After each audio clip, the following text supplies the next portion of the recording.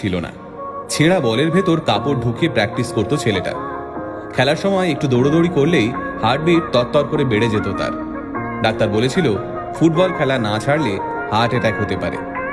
Russia পর্তুগালের খেলা খেলতে নামার আগে বছর কুড়ির ছেলেটি জানতে পারে মৃত্যু হয়েছে তার বাবার।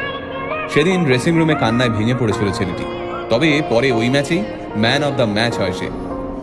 একসময় ছেঁড়া জামা পরে স্কুলে যাওয়ার সময় যাকে ব্যঙ্গ সহ্য করতে হয়েছিল, আজ সেই ছেলে পৃথিবীর সবচেয়ে দামি ব্র্যান্ডের জামা কাপড় পরে। আজ সেই ছেলেটারই সম্পত্তির পরিমাণ প্রায় 8,000 কোটি টাকা। কিন্তু আজও সেই ছেলেটা প্রতিটা বড় অনুষ্ঠানে নিজের মাকে নিয়ে যায়।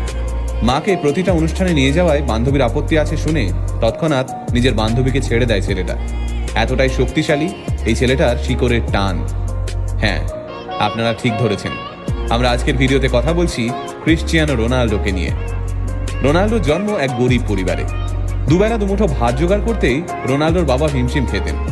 ভালো জামা কাপড় কিনে দেওয়া তো দূরের কথা, তাই ছেঁড়া জামা পরেই স্কুলে যেতে হতো তাকে। বাড়ির আর্থিক অবস্থা খারাপ। বাবা সারাদিন মদের নেশায় ডুবে থাকে। নোংরা জামা কাপড় পরে স্কুলে গেলে কপালে জোটে শিক্ষকদের গঞ্জনা। তাই কয়েকটা পয়সার জন্য খুব ছোট থেকেই সাফাই কর্মীর কাজ করতে থাকেন রোনাল্ডো।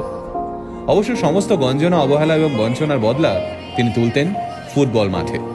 ফুটবলের শট মেরে নিজের থেকে বয়সে বড় ছেলেদের ড্রিবল করে মাঝমাঠ থেকে ফ্রি কিক মেরে তিনি চমকে দিতেন সবাইকে।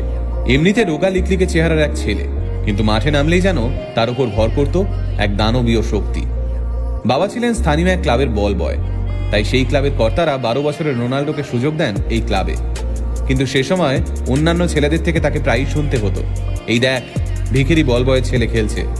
একদিন মেজাজ হারিয়ে রোনাল্ডো সেই ছেলেদের সঙ্গে হাতাহাতিতে জড়িয়ে পড়েন। ফলে ক্লাব থেকে তাড়িয়ে দেওয়া হয় রোনাল্ডোকে। আবার পাড়ার রাস্তার মধ্যেই বয়সে বড় ছেলেদের সঙ্গে সকাল থেকে বিকেল পর্যন্ত চলতে থাকে প্র্যাকটিস। একদিন রাস্তায় এইভাবেই ফুটবল খেলার সময় তিনি নজরে পড়েন পর্তুগালের ক্রীড়া মন্ত্রণালয়ের এক সদস্যের। রোনাল্ডোর খেলা দেখে মুগ্ধ হয়ে যান সেই সদস্য। সরকার থেকে রোনাল্ডোকে সাহায্য করা হয়। জায়গা হয় পর্তুগালের স্পোর্টিং সিপিতে।